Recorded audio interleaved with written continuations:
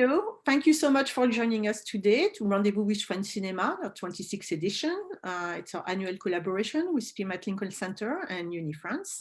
My name is Florence Elmosini. I'm the head curator for Rendezvous with French Cinema, as well as a senior programmer for Film at Lincoln Center. So today I'm very pleased to introduce the director of the film you just saw, Slalom, Charlène Favier, who is with us. And we also have a translator just in case we are missing a few words or and want to make sure everything is very clear for the audience. So thank you, Charlène. Thank you. And welcome to the Rendezvous family for your first feature. I want to thank the distributor of the film, Kino Lorber, because as you may not know, but the film is a US distributor. So the film will be seen in addition to the festival screening, and that's very exciting for French cinema and foreign film in general in the US market. I wanted to maybe start with asking Charlène maybe to talk about the origin of the film, as I believe that it's partially maybe autobiographical, but also wanted to know you started writing the film before directing. And I think it's very difficult to make a film and a fiction film. So why did you think it was maybe the best way for you to convey your story? Certainly not the easiest way, but it's a beautiful film. Yes, in fact, I started to write this story in 2014 when I entered to a script lab called Atelier Scénario in La Fémis, cinema school in Paris. For me, it was like a big chance to enter this workshop. I was really excited with the idea of writing my first feature there. But actually, I didn't have an idea. I didn't came there with the idea of this film. Of course, I had some thematics in all my short films that I was obsessed by. So it was really often a story with a young heroine, teenager or young woman under the grip of drug, of father, of oldest man. So it was always those kind of subjects. And I knew that I really wanted to dig in those subjects. I was really asking myself, and I had some flash of souvenir coming back to my mind about my teenage time when I grew up in Val d'Isère, and I did some ski competition on. I was like, okay, this is the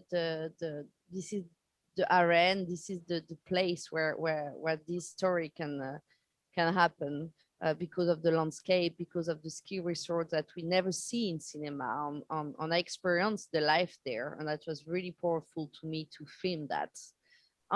After maybe 6 months of trying to find the right story, the face-to-face between the trainer and the young athlete came to my mind, and that was also souvenir of what I experienced when I was a teenager. So it was like a big mix of it was like a therapy to write this film, to be honest. And it took me 5 years from the beginning, 2014, on the shooting 2019.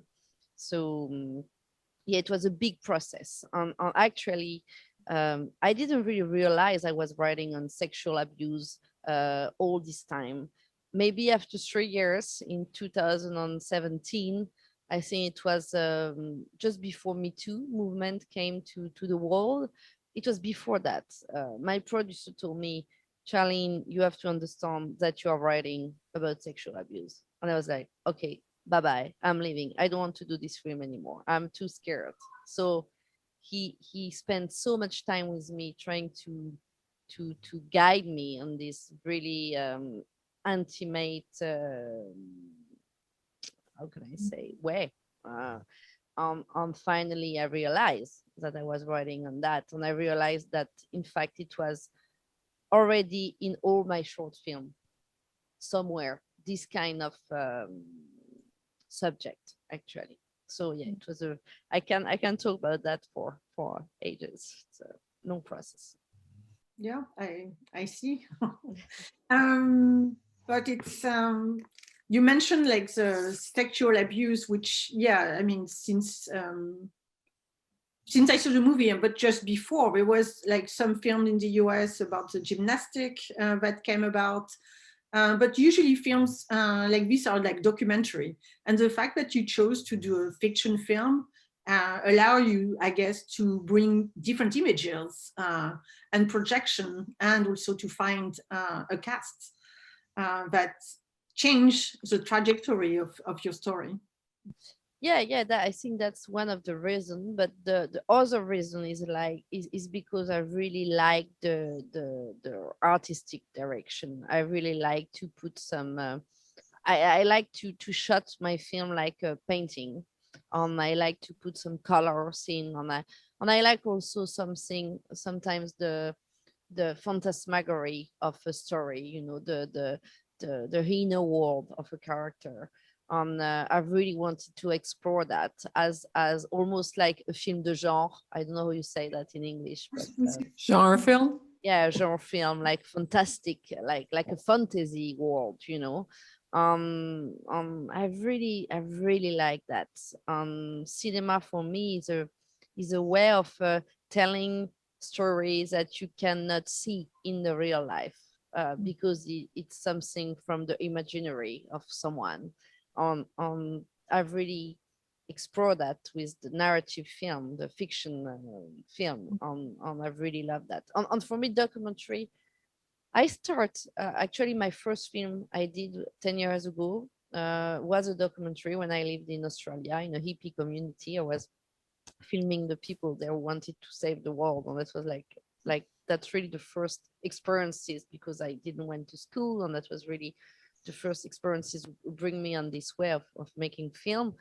But really the narrative world is something that I enjoy the most, I think. And for me, writing a documentary is a big mystery. I don't know how to do that. Like, and in France you have to write to be a director, and I don't like writing actually, or I like to write subjects that help me to grow myself. Probably it's like my therapy, blah blah blah, something. So yeah, to write a documentary for me is really hard. Like I'm like, how can I write the reality? You know what I mean? So Yeah. So I thought it was harder, but you took the easy way by making a fiction. That's how you seem to say.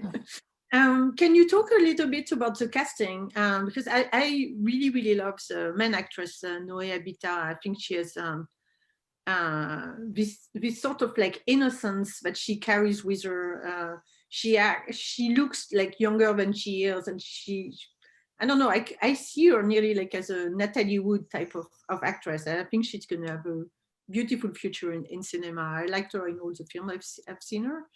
Can you talk about the casting of Noé for the lead, and the counterpart with Jérémie Renier, who has a role that's a little bit darker? actually, I didn't do any casting because that's not. I like the spontaneity of meeting of you want someone you don't know why, but something is a bit from the cosmos, bring you to an actor. Also, it's a bit like that with Noé. Of course, I saw her in 2017 in Ava. I was in Cannes looking for a distributor for my film that I was writing, and I was also working on a short film called Odolgori, who is a bit exploring a bit the same stories at Slalom, but in another context. Well, yeah, when I saw Noé, I saw a girl like a child, and at the same time a big maturity and on um, a woman, on the big black eyes, and on something really wild and really shy, and at the same time lots of contradiction of who she was.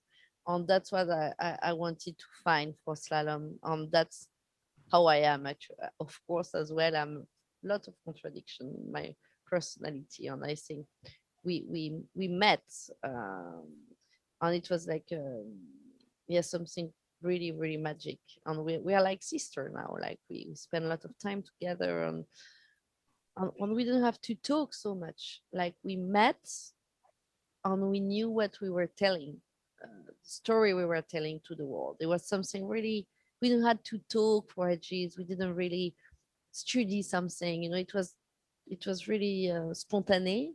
Uh, and for Jeremy is exactly the same. Jeremy, I knew, of course, his work, and I loved him so much in many films, because what I like is he always something with the body language. Is doing a big metamorphosis of who he is to be someone else, and to become a character, and I really like that. I start myself. I did a theater school in London called School of Physical Theater. It's a Jacques Lecoq school, and I use the body a lot, and that's really important for me to tell emotion, and to to bring emotion on story with no words, with just the body. I like when actor engage everything, like really a performances, a bit like the American way of working for an actor, actually. And Jeremy, I knew he has that, Yeah. and I just sent him the script, and he said okay, and it was the same. We were like, it was really magic, the meeting between us three. We were like a family on the set. Yeah, we didn't have to talk so much. Like it was really easy, and really nice to work all together. Did Noé to ski at all, or she has someone skiing for her? Now, in fact, this is a The secret? yeah, no, because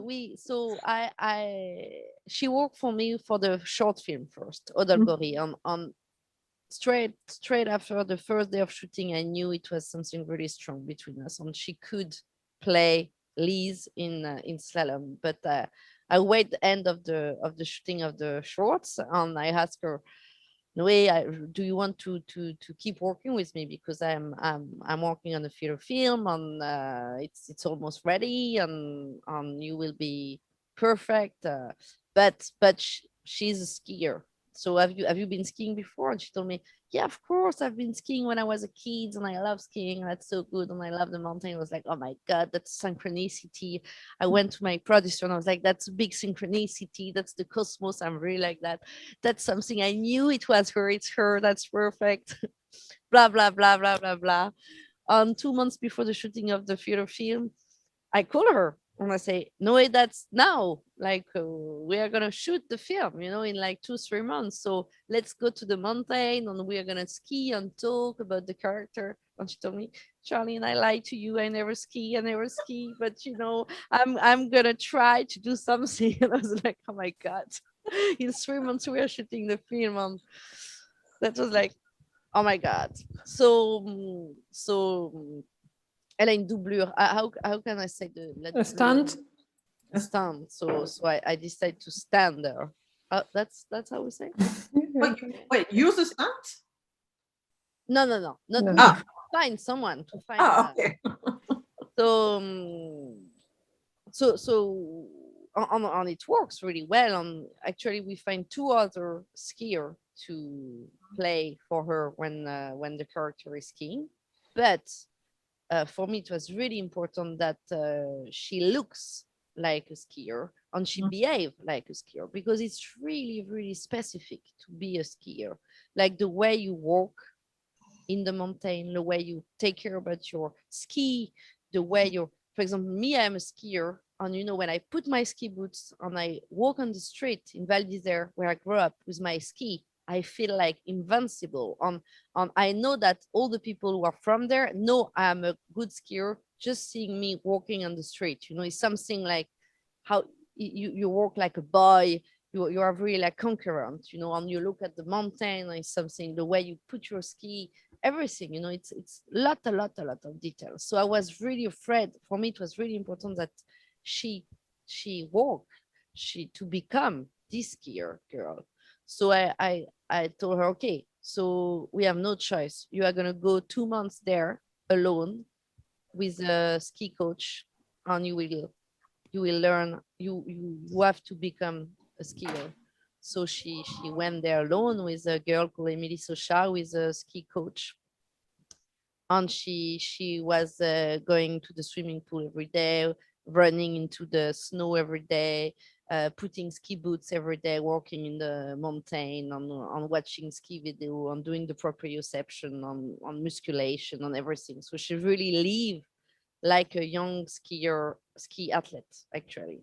That was really, really important for me, that she felt the the atmosphere of the mountain, the mountain life, which is really different than a city life.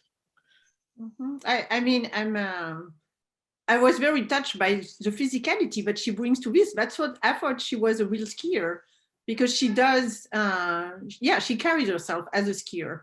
And it's true, there's not a lot of ski film in general. It's very rare. I think it was shot in Les Arcs, maybe. Yeah. Les Arcs, Val d'Isère, yeah. Yeah, and it's just the way she carries this and the way it's filmed around, that does bring a lot of authenticity to the film, to the character, and the development of the story. Yeah. And that really worked for me. I was really entranced by this and the synchronicity of both. But it's funny to see that Noée did lie about her skiing experience. Yeah. It's not something you can lie for forever, because at some point they're gonna know you can't do it. Yeah. No, but she did an incredible work to become this character. That she worked a lot. And I think that was her first role where she worked autant, as much, yeah. She worked a lot. And before, I think for the other role, probably she came as she was a little bit.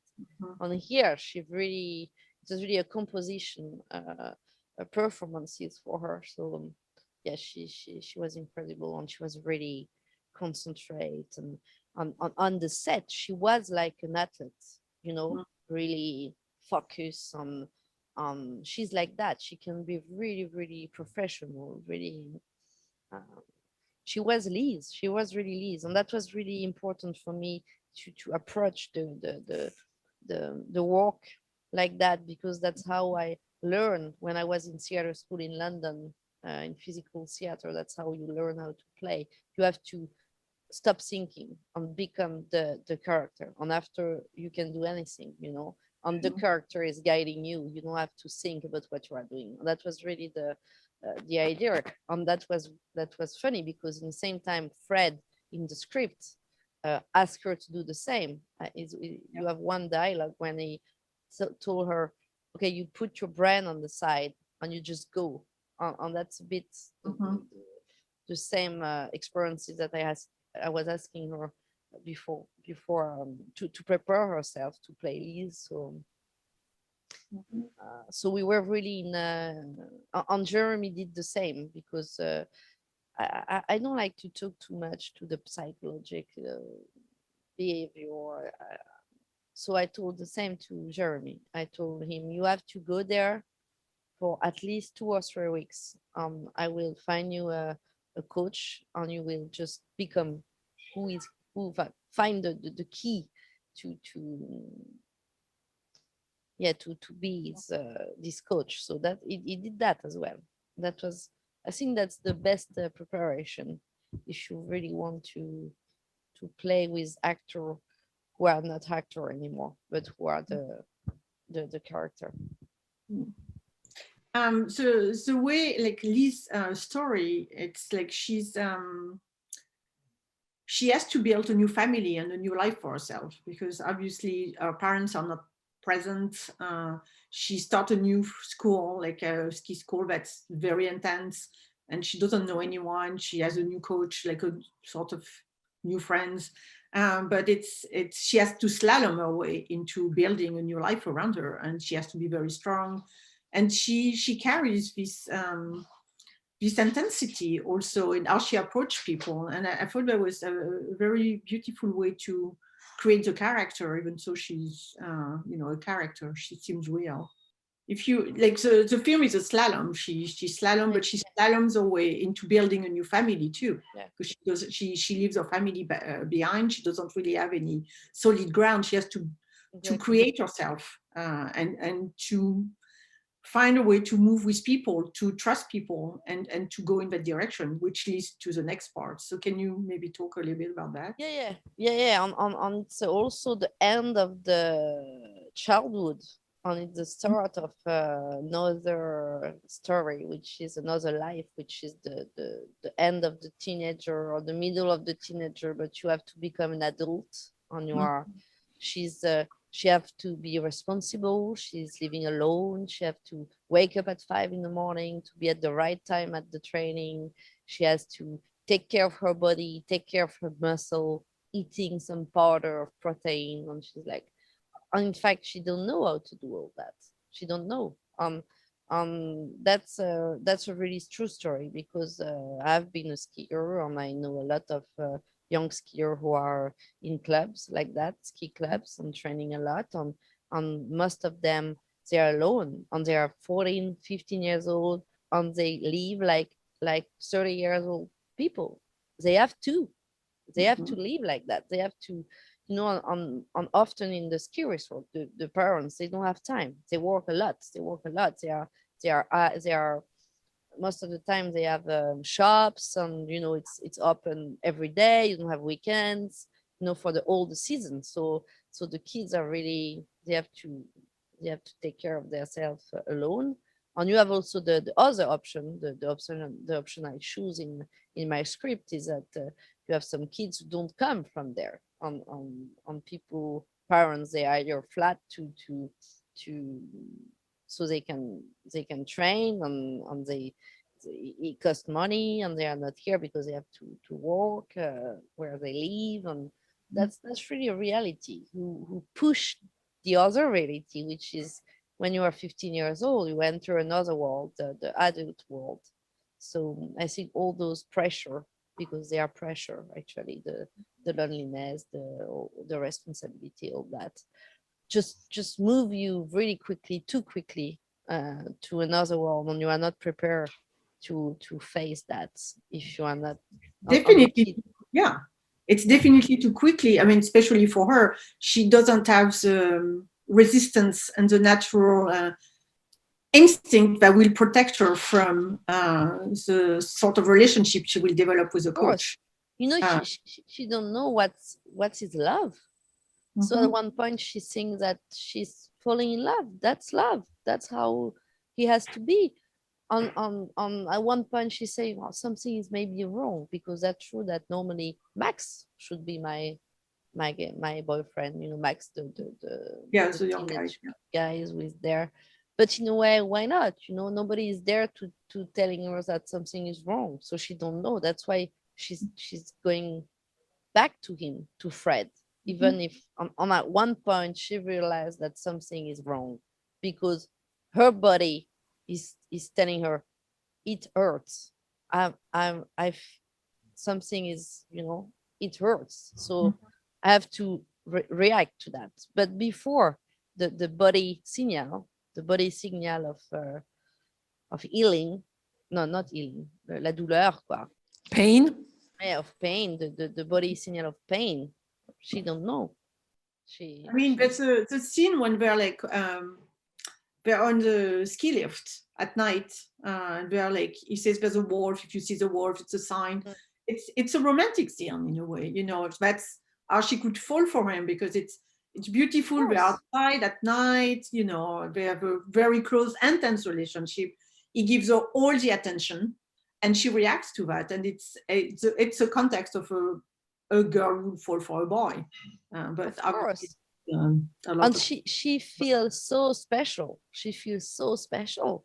This is a magical moment, and she will probably remember that all her life. She will probably forget the sex, and maybe it will come back to her mind 20 years later. But the wolf scene and all that, is something. And it's like in the story you read to the kids, this kind of situation. So yeah, it's a mix between between reality, dream, projection, idea you have of something, but on also realities that nobody told you about.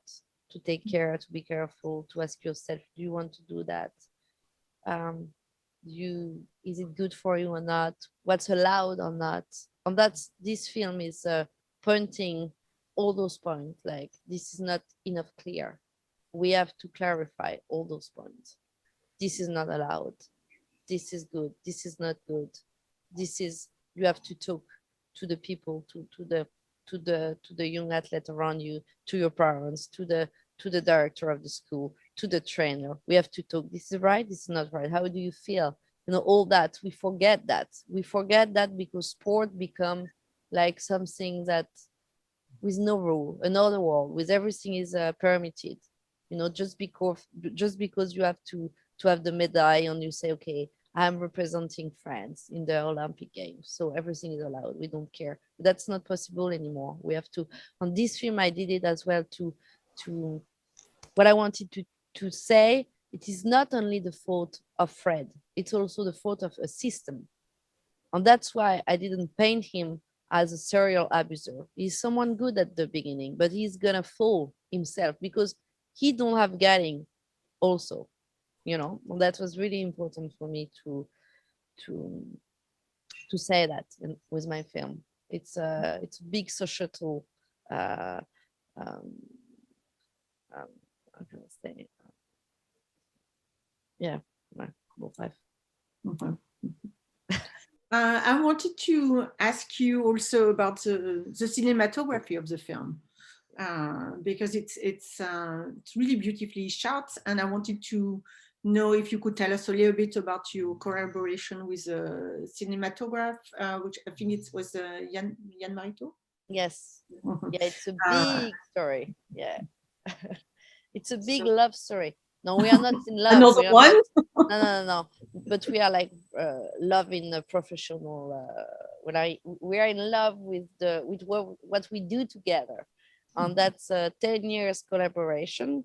I met him in my first short film in 2011. I knew nothing, and he came like that one day before the first day of shooting. This film is called Free Fall. It's also a story, a bit the same story, because I retell all the time the same story. Anyway, yeah, it was really like a coup de foudre, a professional coup de foudre. Like, we were really all the time really exciting about what we were doing and trying to do, on the dream we had about colors, about frame, about and we really grew up together, Jan and me, for 10 years. He did all my short film, so maybe 6 films together, shorts.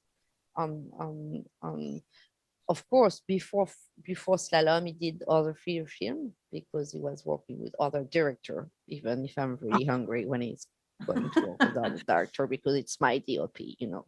It's like I'm really jealous, you know, of when he's working with.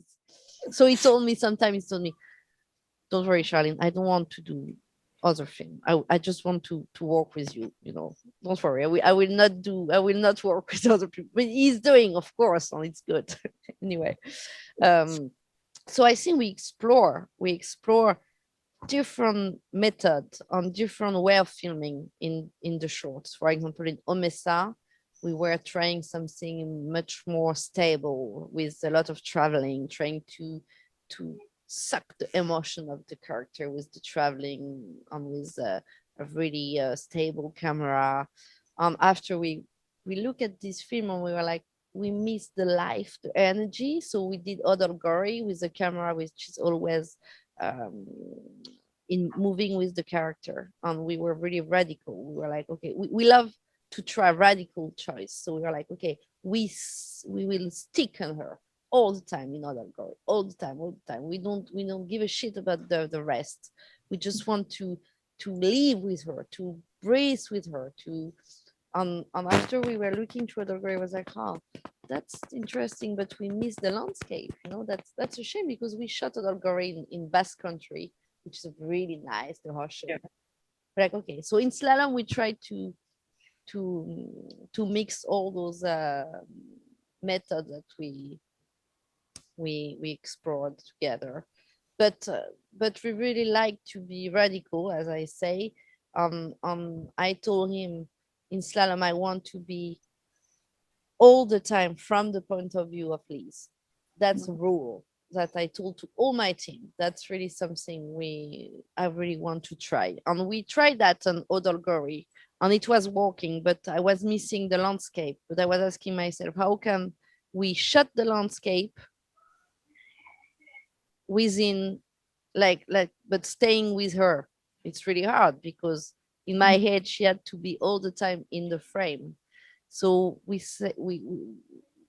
choose the camera and the optic and everything, trying to see how can the mountain become the soul of Liz, become maybe a dialogue with herself, like she's looking the mountain and in fact she's asking something to herself. What is happening to me? What should I do now? When the mom, for example, told her for Christmas I will not be here, she's going out of the car and she's looking at the mountain and she's like, what should I do now? And I think the mountain is telling her at this time, you're gonna ski and you are gonna become a really good skier. Doesn't matter. So she's taking the strength with this look to the mountain, for example. So anyway, so that was a lot of thinking to be really intense with the mise en scène and with the way of placing the camera, and everything was really, we think about everything, and we don't have time because we had 5 weeks of shooting, less than 1 million euros. So you know, when you don't have money you have to have idea. So that was really the target, and we enjoyed that really much. So Jan is really good cinematographer, good person. He's really young. He's 33 years old, really talented. It's yeah. I encourage every director to work with him, even if I don't want to leave him. It's a sort of semi-encouragement. They can, but you know, but maybe not. Yeah. But it's a way he works with the color, also the palette of colors. It's really incredible in the film because it does match Liz and Liz's emotion. The way it goes to cold to hot and cold. So it's internal and external, and yeah, I think he's a good cinematographer. That was really important for me, the colors, and he helped me as well to probably tell a story, because I don't really like the writing, the thinking. I like the doing it. I like the color. I like the frame. I like the actor. I like the making it. You know, I don't really like the thinking it. So the color is also a way to theorize, yeah. To theorize an idea, and it helped me to make it real. And the blue, the red, complementary color. My mother is a painter, and when I was young, I was painting a lot, and she learned me a lot the power of the color. What mean the red? What mean the blue? What mean the complementary color? On why Kandinsky is using the yellow. It's a musicality of something, you know, you don't know it, but you feel it. Yeah. And that was really important to use the color as magical tools who can probably work on manipulate a little bit the audience on what I wanted to make them feel with Liz.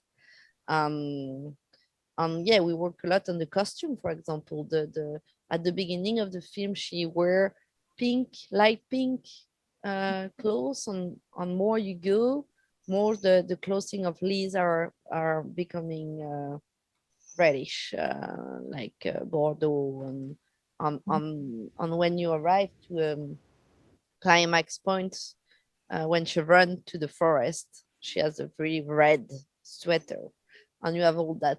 You know, sometimes I think people don't really realize that, but in a way, you know, you see this character in red is not the same that seeing this character in light pink. Something is happening between Liz and on the audience, I think. So yeah. I don't think, not everyone will necessarily notice right away the color, but it's the impression overall that it makes on the audience, and how you reflect on the development of the character and the story overall. That works. So you need the detail. And I think the Americans do that so well. The art direction on I like that so much in American film. You know, it's this efficacy and the art direction and everything is there to bring you somewhere. And that's so good. And in France, I think we are really bad on that. We are really shit, actually. You know, sometimes the film are no efficacy and no art direction. And I really like American cinema for that, because they are going there, you know, with everything they have. And you have colors, you have a lot of stuff to play with when you are a director. So well, but something else I think you did really well in the film, but is not always as successful in French cinema. It's the use of music and the soundtrack. If you compare American cinema and French cinema, I think usually American cinema is a much subtle development of using the soundtrack and the score. And in this film, I think the score and the soundtrack are actually excellent and very moving emotionally too. So I think you work with Low Entertainment to the music, and I think they're really good. And it maybe you can talk a little bit about the music. It was, I love them so much. It's really good because they are three. So it's three brains, three artistic touch, and they are doing a lot of proposition, which was really interesting and good, because it was really hard to find the good music for this film.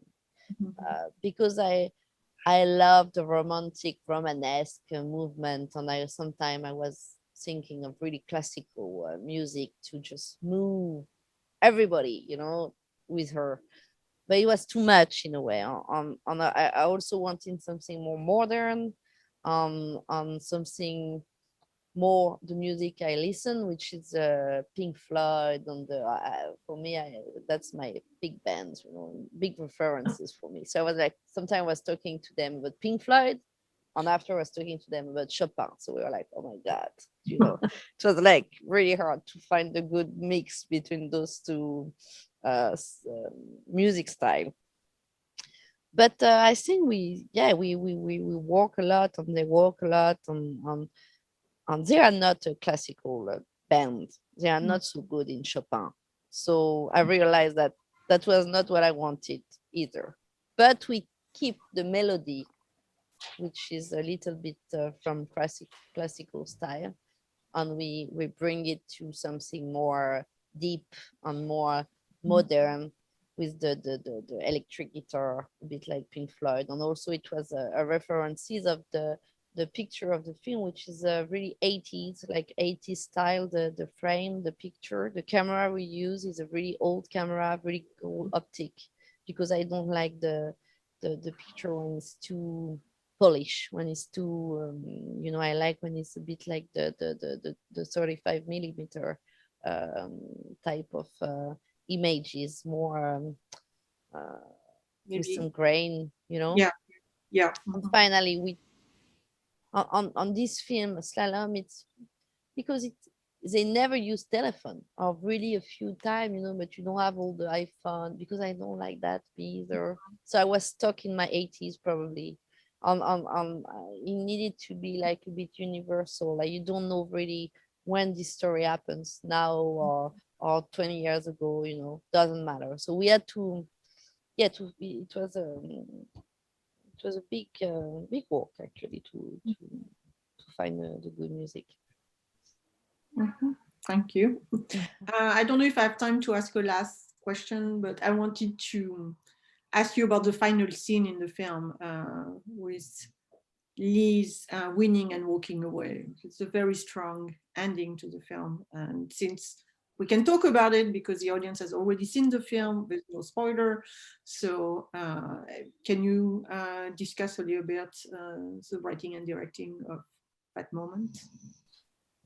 In fact, I had this end from the beginning because the end of Odolgori, my short film, was actually a bit like a lab for Slalom, was also something like that.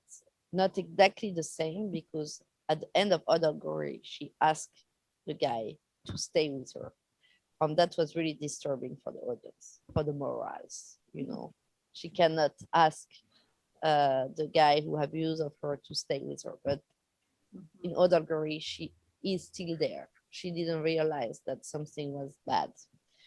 Anyway, but I tried this last shot on the face of this child with like completely lonely, and she just want to stay with something.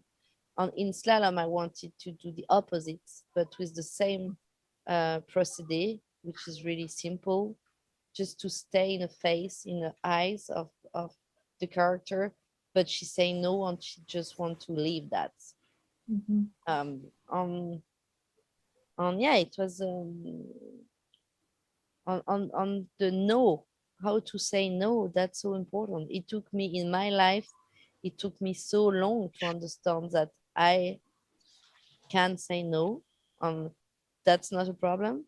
People will still love me, and you know, I will not be alone if I say no.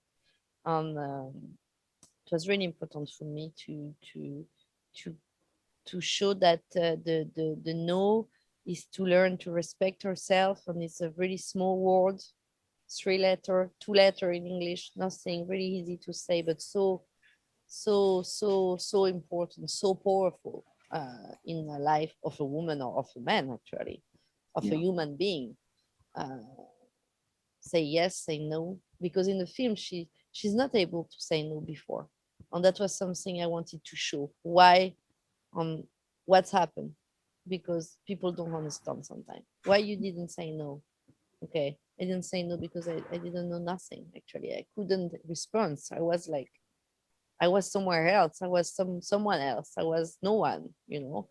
And at one point, you have to look at yourself and to learn and to get the strength to realize that with a really simple word that I think the society in France are not learning us enough. I think in the US is different, but in France we are just starting to learn, and to learn to our kids to this is not, this is yes, why, you know, all this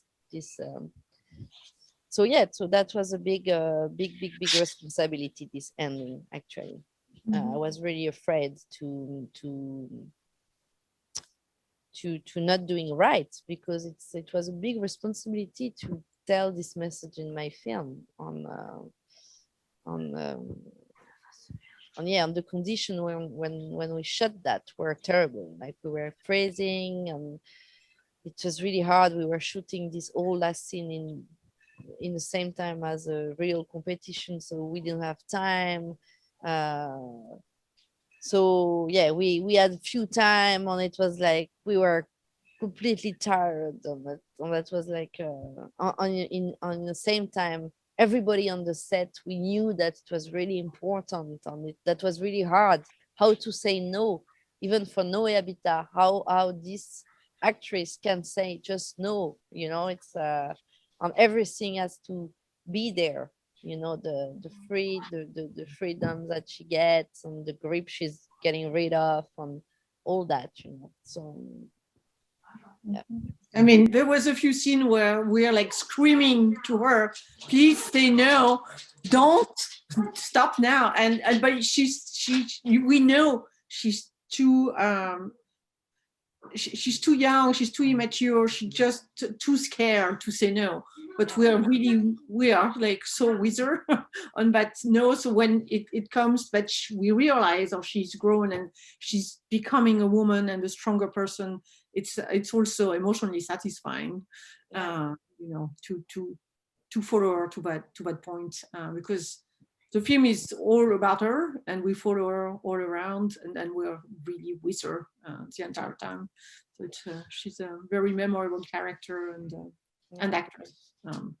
But I don't think we have more time to discuss. So I had many more questions about your skiing career too. But it was really great. Not really interesting, the skiing career. It was very small, so. No, I'm sure you're a very good skier. I wanted to thank you for joining us today and discuss your film. It was really great to be able to show the film and have you at least being your virtual company for today. And maybe we'll meet in person whenever the film is released in the US. We don't know when it'll be physically, but you know, it might happen sooner. I hope so. I hope to come in the US. I used to come quite often, and I love to go to New York and to California to surf. I'm a surfer. So. And thank you for making such a great effort to speak English. Sorry, Ms. Monet, we did not need you as much, but you were there as our security blanket, which is always good to have. Yes. Thank you so much, and good luck for the rest of the film career. Thank you. Thank you. Bye. Bye.